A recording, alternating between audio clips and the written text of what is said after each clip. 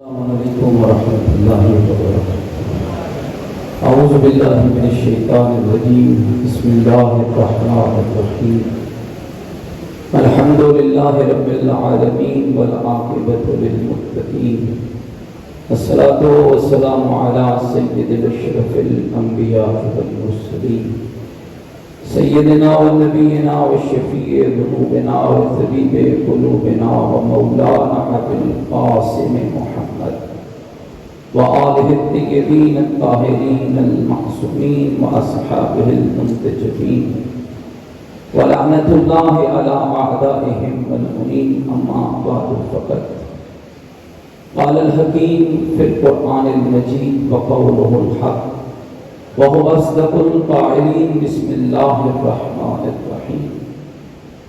كنتم خير أمة أخرجت للناس تأمرون بالمعروف وتنهون عن المنكر وتؤمنون بالله۔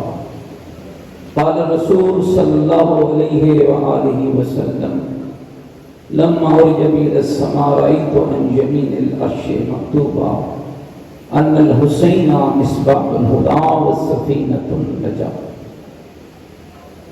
حمد ہے اس ذات احدیت کے لیے کہ جس پروردگار عالم نے ہم سب کو انسان بنایا اور نبی رحمت کی امت میں سے قرار دیا۔ وہ اللہ جس کی بے پناہ نعمتیں ہمارے شامل حال ہیں اور جس کا قرآن یہ اعلان کرتا ہے: ان تعدوا نعمت اللہ لا تحصوها۔ بندگان خدا، اگر تم ساری زندگی رب کی نعمتوں کو گنتے رہ جاؤ تو یاد رکھنا تمہاری زندگی کی سانسیں تھوڑی ہیں، میری نعمتیں زیادہ ہیں۔ پھر اگر اس کے قرآن کو کھولا جائے تو ایک ایک نعمت کا ذکر کرتا ہے، خلقت انسان سے لے کر انسان کی موت تک، آسمان کی بلندیوں سے لے کر زمین کے بچھونے تک، حشرات الارض سے لے کر فضاؤں میں اڑنے والے پرندوں تک، انبیاء اور رسل سے لے کر اپنے اولیاء اور اوصیاء تک، ملائکہ سے لے کر کائنات کے ایک ایک ذرے کو ذکر کر کے پھر متوجہ کرتا ہے: فَبِأَيِّ آلَاءِ رَبِّكُمَا تُكَذِّبَانِ۔ میری کس کس نعمت کو جھٹلاؤ گے، میری کس کس نعمت کا انکار کرو گے۔ دوستو، ہمارا رب اس قدر بلند و برتر ہے کہ جس کو ہم کوئی کام کرتے ہیں تو ہمیں میٹیریل چاہیے ہوتا ہے، معمار چاہیے ہوتا ہے۔ قرآن بڑے خوبصورت الفاظ میں فرماتا ہے: انما امرہ اذا اراد شیئا، سوائے اس کے نہیں کہ تیرا رب وہ عظیم رب ہے، جب وہ کسی شے کا ارادہ کر لیتا ہے فیقول لہ کن فیکون، تو وہ کہتا ہے کہ ہو جا، تو چیزیں ہو جایا کریں۔ حمد ہے اس ذات عظیم کے لیے جسے دیکھنے کے لیے آنکھ نہیں چاہیے، جسے بولنے کے لیے زبان نہیں چاہیے، جسے کام کرنے کے لیے ہاتھوں کی ضرورت نہیں ہے۔ وہ اتنا طاقتور ہے جس چیز سے چاہے کلام پیدا کر دے۔ درود و سلام ہو پیغمبر خدا کی اس عظیم اور بابرکت ذات پر کہ جس کو میرے رب نے وجہ تخلیق کائنات بنایا اور ہم کو اس مصطفیٰ کا امتی بنایا اور اس کا کلمہ نصیب کیا کہ جس کا قصیدہ اپنے قرآن میں پڑھتا ہے تو یوں فرماتا ہے: وَمَا أَرْسَلْنَاكَ إِلَّا رَحْمَةً لِلْعَالَمِينَ۔ میرا حبیب، ہم نے تمہیں نہیں بھیجا مگر عالمین کی رحمت بنا کر بھیجا ہے۔ جہاں جہاں تک خدا کی ربوبیت کا نور ہے، جہاں جہاں تک اس کی ربوبیت پھیلی ہوئی ہے، وہاں وہاں تک میرے مصطفیٰ کی رحمت پھیلی ہوئی ہے۔ جس کو بھیج کے فرماتے ہیں آج دنیا سمجھتی ہے، یاد رکھیے گا ہمارا کمال نہیں ہے کہ مصطفیٰ ہمیں مل گئے، ہم نے کوئی ایسا کام نہیں کیا تھا کہ جس کی وجہ سے اللہ نے ہمیں مصطفیٰ کی امت بنایا۔ قرآن پر واضح الفاظ میں فرماتا ہے: لَقَدْ مَنَّ اللَّهُ عَلَى الْمُؤْمِنِينَ إِذْ بَعَثَ فِيهِمْ رَسُولًا، کہ اللہ کا مومنوں پر احسان ہے کہ میں نے ان کے اندر مصطفیٰ کو رسول بنا کے بھیج دیا۔ اور کیسا رسول دیا جس کے ذکر کو واجب قرار دیا، جس کو کبھی داہا کبھی مزمل کبھی مدثر کہہ کے پکارا، اور جس کے لیے اس دنیا کو متوجہ کیا آج بھی متوجہ کر رہا ہے۔ وَاذْكُرُوا نِعْمَتِيَ الَّتِي عَلَيْكُمْ إِذْ كُنْتُمْ أَعْدَاءً فَأَلَّفَ بَيْنَ قُلُوبِكُمْ فَأَصْبَحْتُمْ بِنِعْمَتِهِ إِخْوَانًا وَكُنْتُمْ عَلَىٰ شَفَا حُفْرَةٍ مِّنَ النَّارِ فَأَنقَذَكُم مِّنْهَا۔ لوگوں میری اس نعمت کو ضرور یاد کرنا، لوگوں میری اس عظیم نعمت کو ضرور یاد کرنا جو میں اللہ نے اس انسانیت پر، اس انسانیت کے معاشرے کی بقا کے لیے، اس سماج کی رفعت و بلندی کے لیے، اس دنیا کے اندر گندگی و غلاظت کے خاتمے کے لیے، بگڑی ہوئی قوموں کو اصلاح کے لیے وہ نعمت میں نے اس وقت بھیجی جب تم تو رہزن تھے، تم تو ڈاکو تھے، تم تو لٹیرے تھے، تم تو لوگوں کی جان و مال کو لوٹ لیتے تھے، تم تو برہنہ طواف کرتے تھے، تم تو ہاتھوں سے تراشے ہوئے بتوں کو پوجتے تھے۔ میری نعمت مصطفیٰ کا کمال کیا ہے؟ اسے ضرور یاد کرنا جس نعمت نے آ کر بگڑے ہوئے دشمنوں کو آپس میں بھائی بھائی بنا دیا۔ تم تو وہ تھے کنتم علی شفا حفرۃ من النار، جو جہنم کے گڑھے کے پاس پہنچ چکے تھے۔ میری نعمت کا کمال کیا ہے؟ میری نعمت نے تمہیں جہنم کی آگ سے بچایا، اور ایسا بچایا کہ کسی کو بلال بنا دیا، کسی کو ابو ذر بنا دیا، کسی فارس کے رہنے والے کو اس قدر رتبہ دیا کہ لوگ پوچھنے لگے سلیمان تیری ماں کون ہے، تیرا باپ کون ہے، تیرا خاندان کیا ہے؟ اور زہرا کے بابا اس فارس کے رہنے والے کو سینے سے لگا کر کہنے لگے اس کا کردار تم دیکھو، اعلان میں مصطفیٰ کرتا ہوں السلمان منا اہل البیت، یہ غیر نہیں محمد کی اہل بیت میں۔ میرے لیے اعزاز ہے، خوشی کی بات ہے، خدا کا شکر ہے اس پاکیزہ محفل میں مجھے آنے کا خدا نے شرف عطا کیا۔ لائق تحسین ہے آپ کی اس یونیورسٹی کے، اس کیمپس کے تمام ڈاکٹر محمد اجاز صاحب، ان کی تمام دوستان، ان کے رفقا، طلباء، طالبات جن کو یہ خوبصورت موقع ملا۔ یقین جانیے ان موقعوں کو گوایا مت کیجیے۔ کتنا پیارا عنوان ہے آج کی اس محفل کا، کیا خوبصورت عنوان ہے اس محفل کا۔ یاد رکھنا دوستو کہ وہ محفل ہے جہاں بدنوں سے زیادہ انسان کا کردار بچایا جاتا ہے، یہاں بدنوں سے زیادہ کردار کی بات ہوتی ہے۔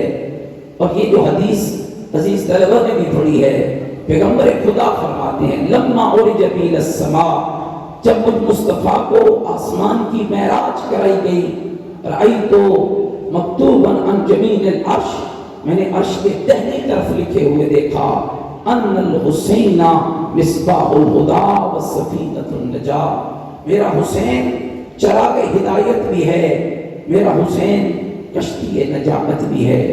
میرے دوستو کربلا کیا ہے؟ کربلا درس ہدایت ہے، کربلا درس انسانیت ہے، کربلا عظمت ہے بندگی کے لیے، کربلا فکر ہے اہل فکر کے لیے، کربلا تدبر و عقل ہے اہل عقل کے لیے، کربلا بگڑے ہوئے معاشرے کو سنوارنے کا بہترین ذریعہ ہے، کربلا سماج کی بگڑتی ہوئی روش کو ہٹا کر پاکیزہ روش دینے کا نام ہے، کربلا وہ عظیم سرزمین ہے جہاں جسم تو قربان ہو گئے، کردار بچ گئے، سیرتیں بچ گئی، تہذیب بچی، تمدن بچا، ادب بچا، اخلاق بچا۔ لکھنؤ کے غالب نے خوبصورت جملہ لکھا کہ جب انسانی معاشرے پہ انسان بات کرتا ہے تو انسانی معاشرہ تین پاکیزہ اصولوں کی بنیاد پہ قائم ہوتا ہے، اور وہ اصول کیا ہیں؟ اخلاق، ادب اور تہذیب۔ آپ معاشرہ چاہیے تو اخلاق، ادب اور تہذیب ڈھونڈو، اخلاق، ادب اور تہذیب چاہیے تو کربلا کا حسین۔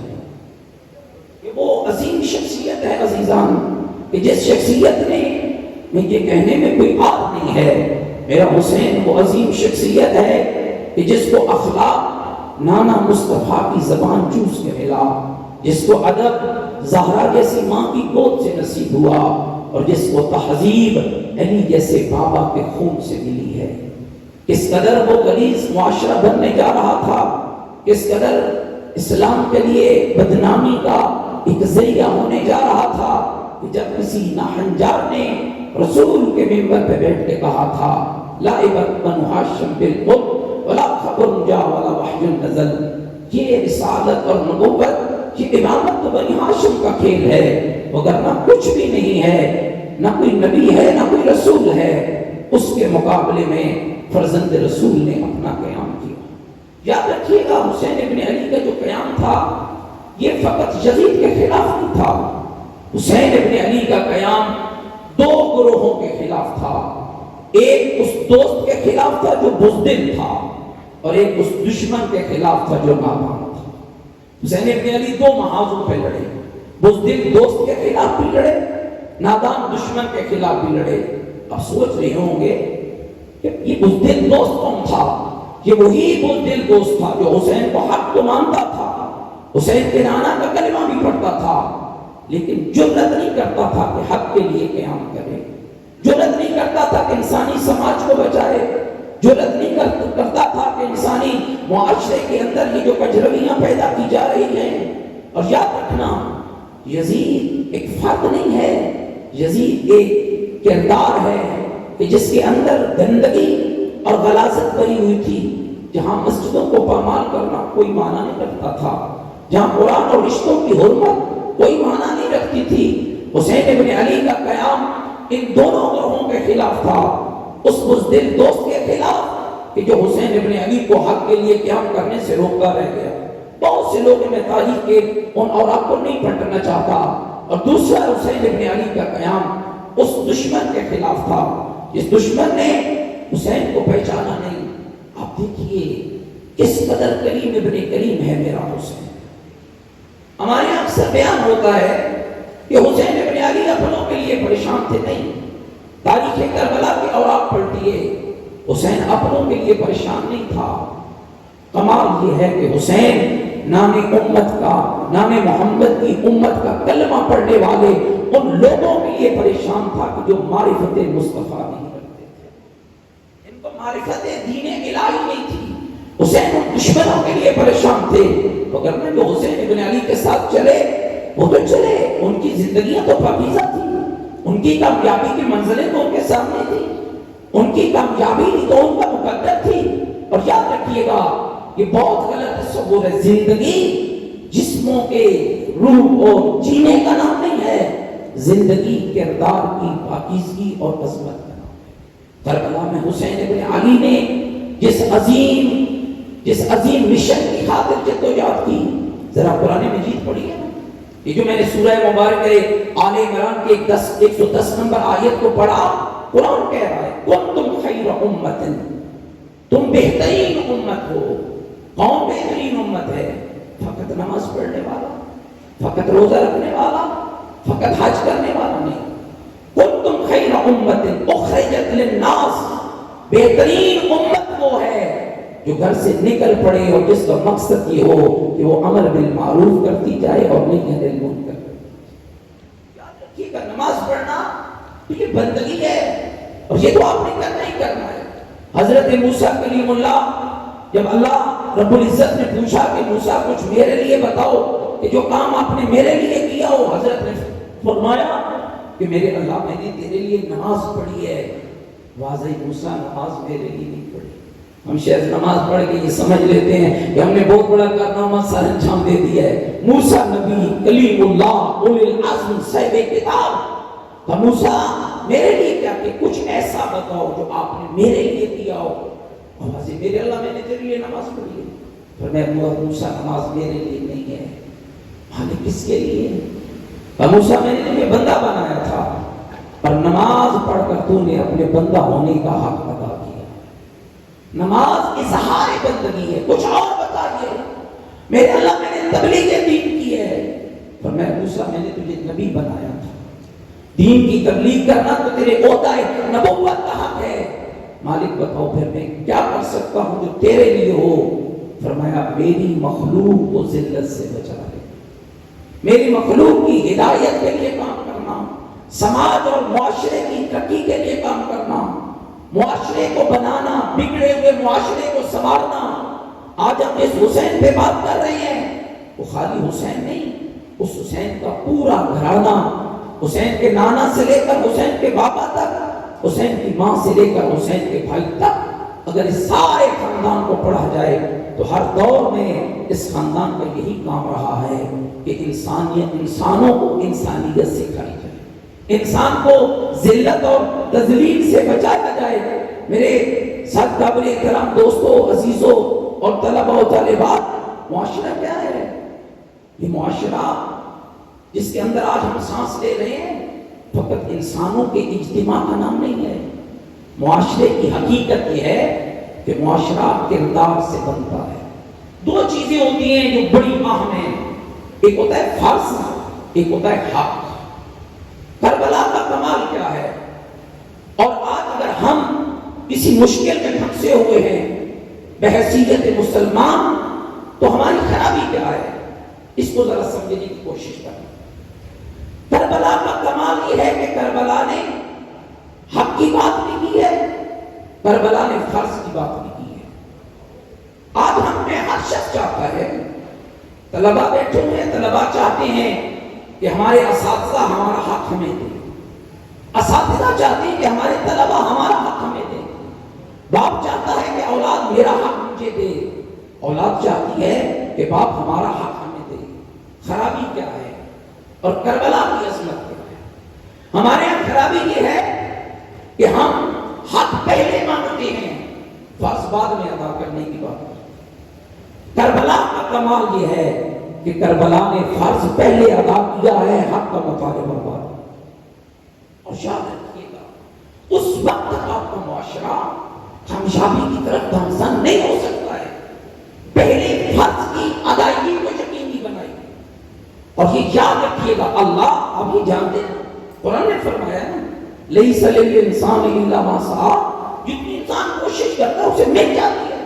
یہ یاد رکھیے گا، آپ اپنی زندگیاں کربلا کی امانت بنا کر فرض کی ادائیگی میں تیار کریں، اللہ آپ کا حق کبھی بھی نہیں روکنے دے گا۔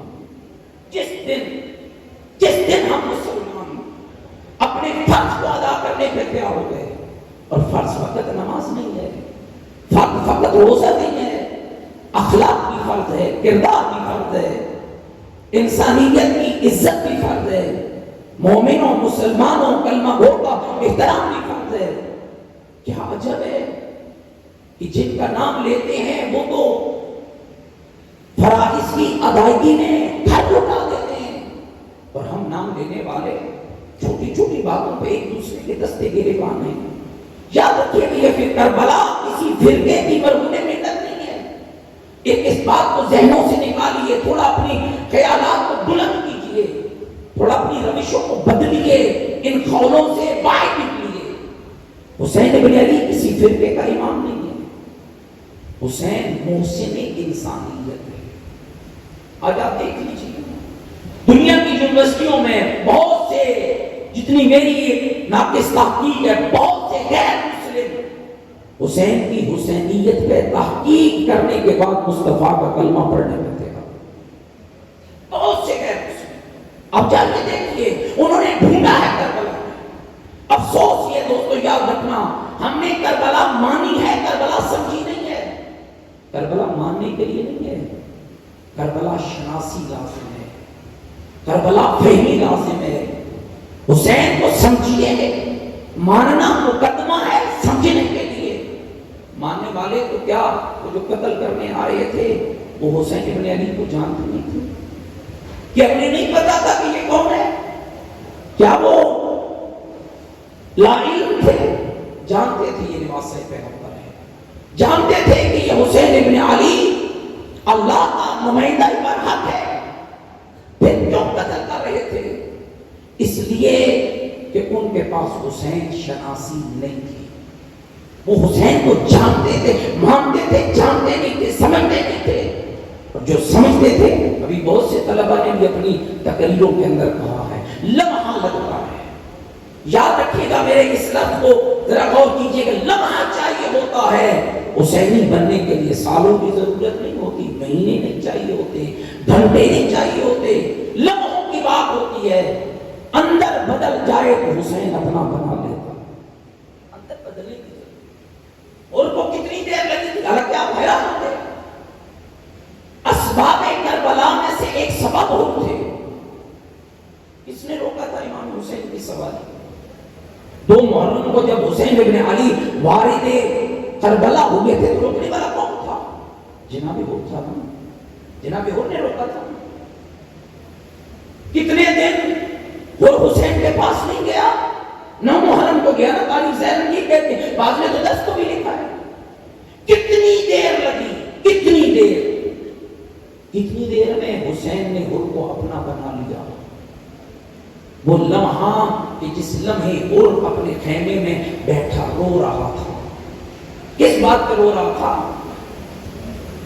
کہ حکومت مجھ سے چھوٹ گئی ہے، اقتدار مجھے نہیں ملے گا؟ نہیں، وہ رو رہا تھا کہ حر کتنا غلط فیصلہ کر رہا ہے، دنیا کی مرضی کے لیے رب کی مرضی کو قربان کر۔ یہی چیز تھی جس نے حر کو بدل دیا، یہی فکر تھی جس نے حر کو بدلا۔ بدبختی کر رہا ہے اور لوگوں کی رضا کی خاطر اللہ کو ناراض کرے گا، اٹھ کھڑا ہوا اور نبی کے بیٹے کے پاس چل کے آیا۔ کتنے قدم چلا ہوگا؟ اب خود ذرا تصور میں لائیے نا، کتنا وقت لگا ہوگا جناب حر کو امام حسین تک آتے ہوئے۔ گھنٹہ نہیں، چند قدم چلا، سامنے یزیدی خیمے تھے، ادھر حسینی خیمے تھے۔ وقت ایسا بدلا کہ قدموں پہ گرا تو نام کا حر تھا۔ حسین نے سینے سے لگا کے فرمایا، انت حر فی الدنیا والآخرہ، جا تو نام کا بھی حر ہے اور کردار کا بھی۔ 1400 سال کے بعد آپ اپنی سپیچز میں، آپ اپنی گفتگو میں بار بار جناب حر کا نام کیوں لے رہے ہیں؟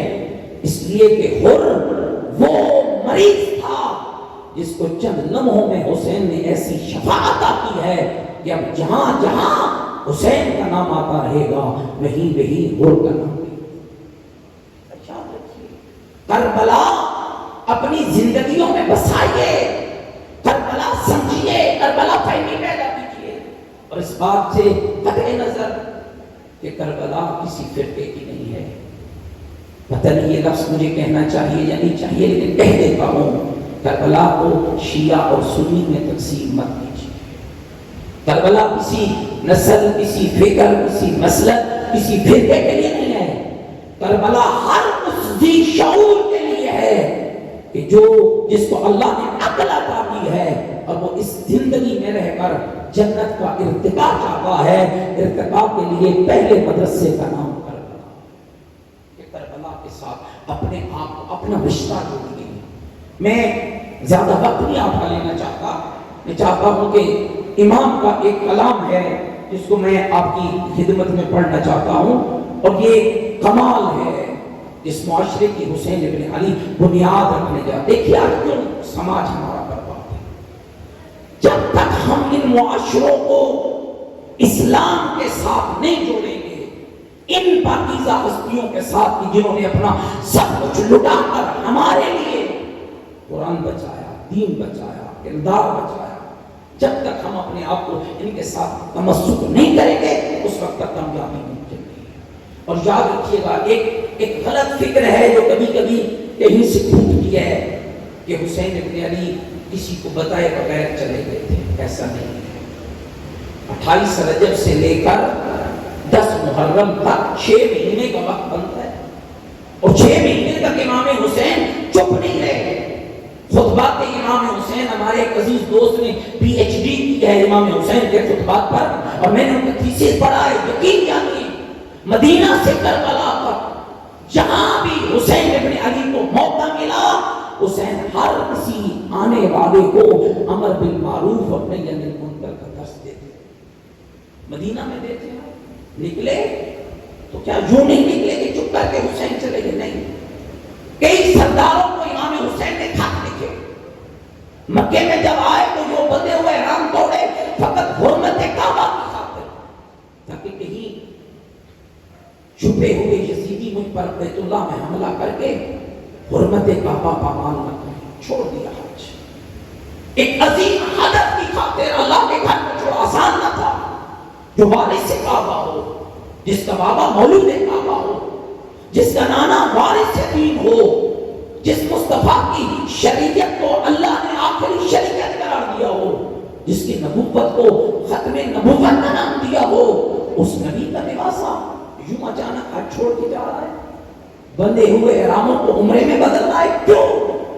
حرمت کعبہ کی خاطر، کہیں میرا مقصد چھپ نہ جائے۔ اور روایات کہتی ہیں کہ جب امام حسین مکہ چھوڑ رہے تھے تو یہ امام کا خط ہے جو امام نے اپنے بھائی کے نام لکھا۔ بھائی کون تھے؟ حضرت محمد حنفیہ، جو مریض تھے اور معذور ہو گئے تھے جنگ میں، اس لیے حسین ابن علی کے ساتھ کربلا کی جہاد میں انہوں نے شرکت نہیں کی۔ اور یہ یاد رکھنا، جو امام کا خط ہوتا ہے یا نبی کا جو کلام ہوتا ہے، وہ افراد کے لیے نہیں ہوتا، زمانے میں مقید نہیں ہوتا۔ کلام الامام امام الکلام، امام کا کلام کلاموں کا امام، ہر دور کے لیے۔ تو میں چاہوں گا کہ بجائے اس کے کہ میں کوئی اپنا فلسفہ بیان کروں، میں اپنی گفتگو کے آخر میں آپ سب کو امام حسین علیہ السلام کا وہ خط سناتا ہوں جو امام نے ہم سب کی ہدایت کے لیے، ہم سب کی ابدی ہدایت کے لیے، ہم سب کی نجات کے لیے، معاشرے کی بقا کے لیے، تاکہ کبھی کوئی شخص یزید کی شکل میں آ کر میرے نانے کی امت کو گمراہ نہ کر سکے۔ حسین ابن علی کا یہ پیغام ضرور سننا اور پوری توجہ سے سننا۔ بسم اللہ الرحمن الرحیم۔ ھذا ما اوصى بالحسین ابن علی الی رجل اخی المعروف بابن حنفیہ۔ فرمایا یہ حسین ابن علی کا پیغام ہے، اپنے اس بھائی کے نام لکھا جو ابن حنفیہ کے نام سے مشہور تھے۔ اور توجہ کیجیے، یہ خط امام کا تین حصوں پہ مشتمل ہے۔ پہلے حصے میں حسین ابن علی نے اپنے عقیدے کو بیان کیا، اس لیے کہ عقائد بنیاد دین ہے۔ عمل کی عمارت جو آپ نے قائم کرنی ہے وہ عقیدے پر کرنی ہے، عقیدہ درست نہیں ہے تو آپ کے عمل کی عمارت پائیدار نہیں ہوگی۔ فرمایا ان الحسین یشہد اللہ الہ الا اللہ وحدہ لا شریک لہ۔ حسین گواہی دیتا ہے کہ میرے اللہ کے علاوہ کوئی عبادت کے لائق نہیں، معبود فقط میرا پروردگار ہے، فقط میرا رب ہے کہ جس کی عبادت کی جا سکتی ہے، اللہ کے علاوہ کسی اور کی عبادت جائز نہیں۔ اگلا جملہ کیا فرمایا؟ وَأَنَّ مُحَمَّدًا عَبْدُهُ وَرَسُولُهُ، اور میں اقرار کرتا ہوں، گواہی دیتا ہوں کہ میرا نانا محمد مصطفیٰ صلی اللہ علیہ وآلہ وسلم خدا کا بندہ بھی ہے اور خدا کا رسول۔ دو عہدے پیغمبر خدا کے امام حسین نے بیان فرمائے، دو تعارف کرائے، ایک عبدیت کا تعارف، ایک رسالت کا تعارف، کہ میرے نانا مصطفیٰ خدا کے بندے بھی ہیں، خدا کے رسول بھی ہیں۔ اور اگلا جملہ کیا فرمایا؟ جاء بالحق من عند اللہ، جو کچھ بھی میرے نانا لائے، جو کچھ بھی میرے نانا لے کر آئے، وہ سارے کا سارا حق ہے۔ قرآن کیا کہتا ہے؟ ما ينطق عن الهوى ان هو الا وحی یوحی، میرا نبی نطق نہیں کرتا ہے وحی الہی کے بغیر۔ یاد رکھیے گا دوستو، ظاہراً تو بات نطق کی ہے، لیکن حق یہ ہے جو اللہ کی وحی کے بغیر نطق نہیں کرتا ہے وہ کام بھی اللہ کی وحی کے بغیر نہیں۔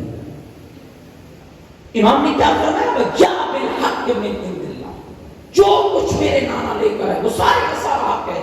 قرآن، نماز، روزہ، شریعت، مسائل، حلال حرام۔ اسی لیے جو کربلا میں خوبصورت نعرہ بنا تھا وہ یہی بنا تھا کہ ہم اپنی جان کو قربان کر دیں گے لیکن محمد کے حلال کو حرام نہیں ہونے دیں گے اور محمد کے حرام کو حلال نہیں ہونے دیں گے۔ اور آج تک کربلا کی یہ محنت موجود ہے کہ حلال محمد حلال الی یوم القیامہ، حرام محمد حرام الی یوم القیامہ۔ اور اگلا جملہ کیا فرمایا امام نے؟ ان الموت حق۔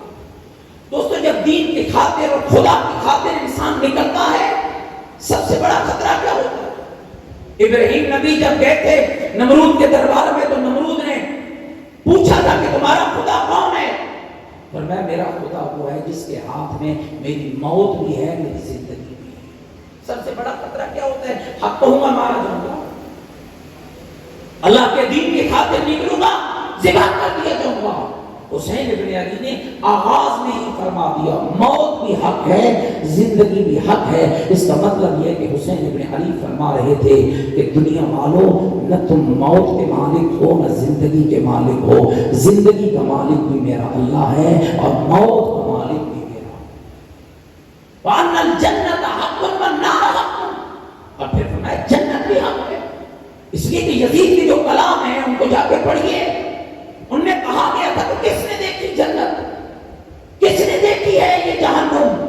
امام نے اس کے مقابلے میں فرمایا خبردار اس کے گمراہ کن عقیدے کا شکار نہ ہونا۔ آج دنیا کیا کہتی ہے؟ چھوڑو یہ کام کر لیں گے تو ٹھیک ہے، آئے گی موت کو دیکھ لیں گے، جو کہتے ہیں نا موت آئے گی اور دیکھ لیں گے، حساب ہوگا اور دیکھ لیں گے، وہ کربلائی نہیں ہے، وہ کسی اور فکر کا فرق ہوگا۔ کیا فرمایا امام نے؟ موت حق ہے، زندگی حق ہے، جنت حق ہے، جہنم حق ہے۔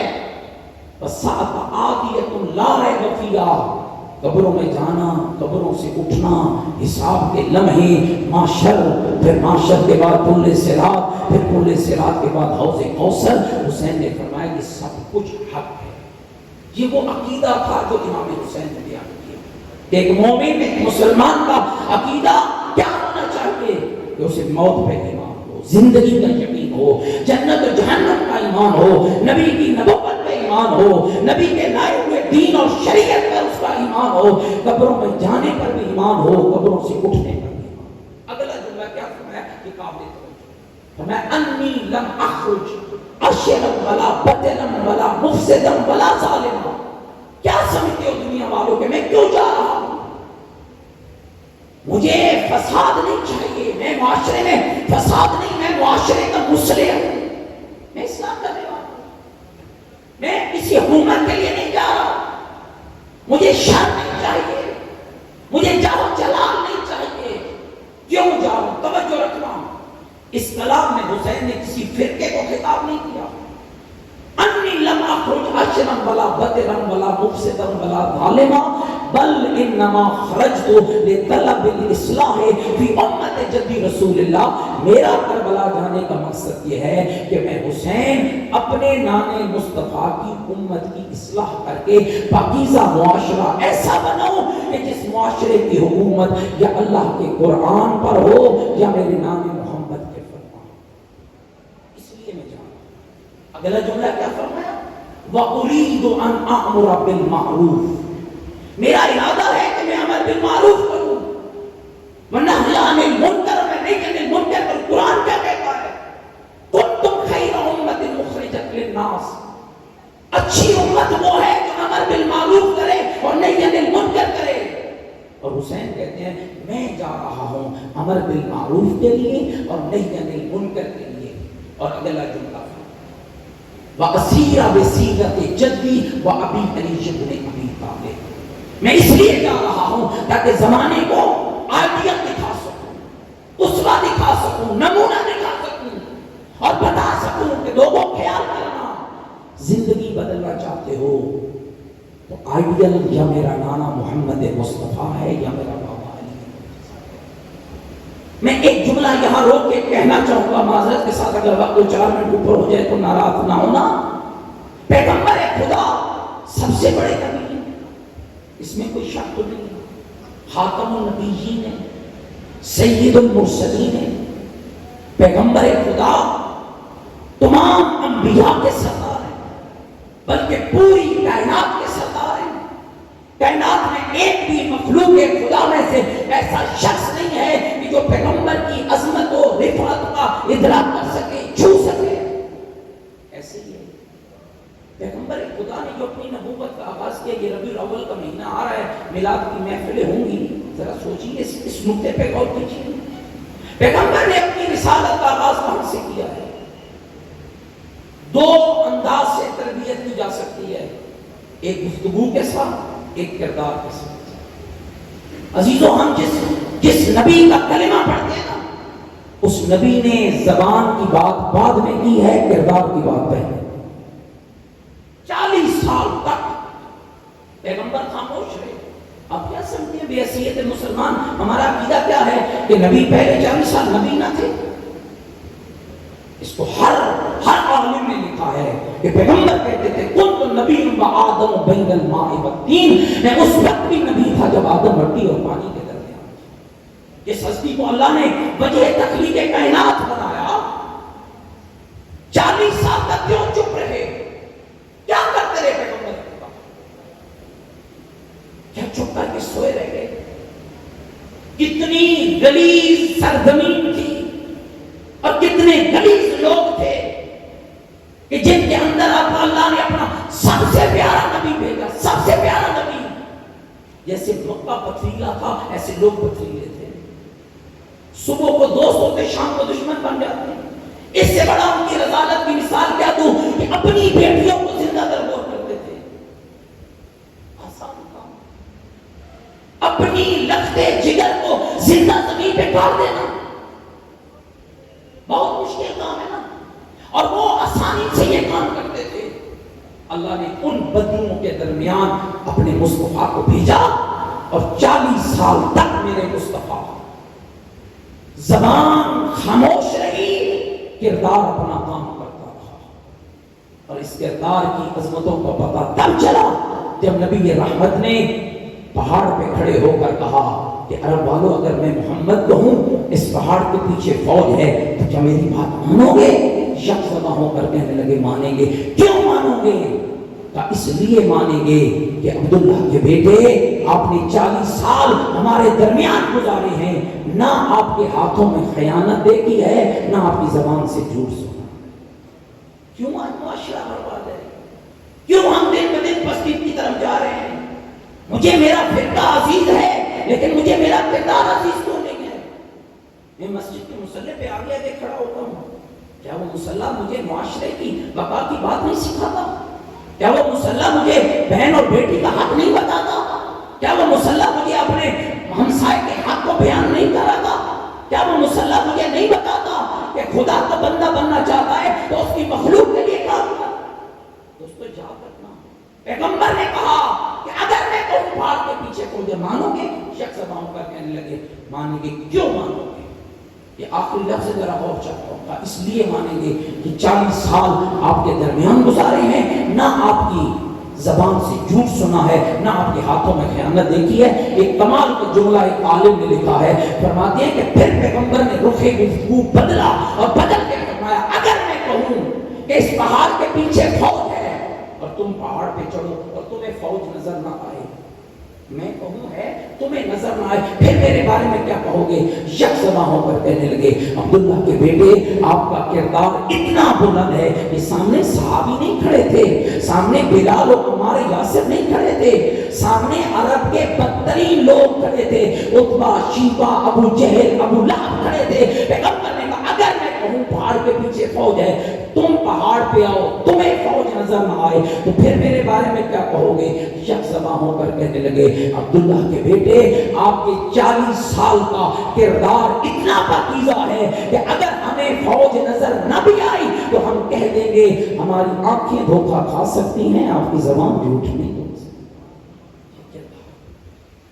کربلا اسی پیغام کو لے کے چلی ہے۔ امام نے کیا فرمایا؟ میں آئیڈیالوجی دینے جا رہا ہوں، میں تمہیں آئیڈیل، میں تمہیں اسوہ بتانے جا رہا ہوں۔ اور پھر اگلا جملہ کیا فرمایا؟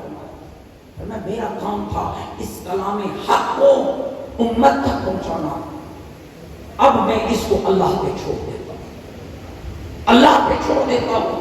فمن تبعني بقبول الحق واللہ اولی بالحق، حق پہنچانا میرا کام تھا۔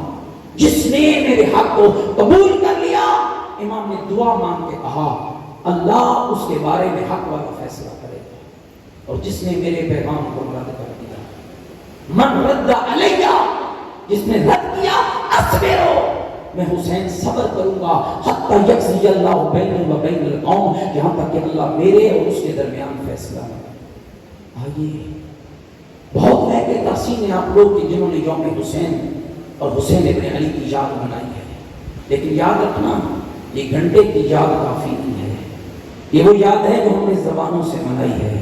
یہاں سے نکلنے کے بعد حسین کی اگر یاد منانا چاہتے ہو تو اپنے کرداروں میں حسین ابن علی کو لے کر اپنی زندگیوں کو مزین کیجیے حسین ابن علی کی فکر کے ساتھ، حسین ابن علی کے راستے کے ساتھ۔ اللہ آپ سب حامی و ناصر ہو، خدا آپ کے ادارے کو کامیاب فرمائے، اور خدا آپ کو اس معاشرے کا نیک صالح امتی مصطفیٰ اور عاشق حسین ابن علی بننے کی توفیق عطا فرمائے۔ والسلام علیکم ورحمۃ اللہ۔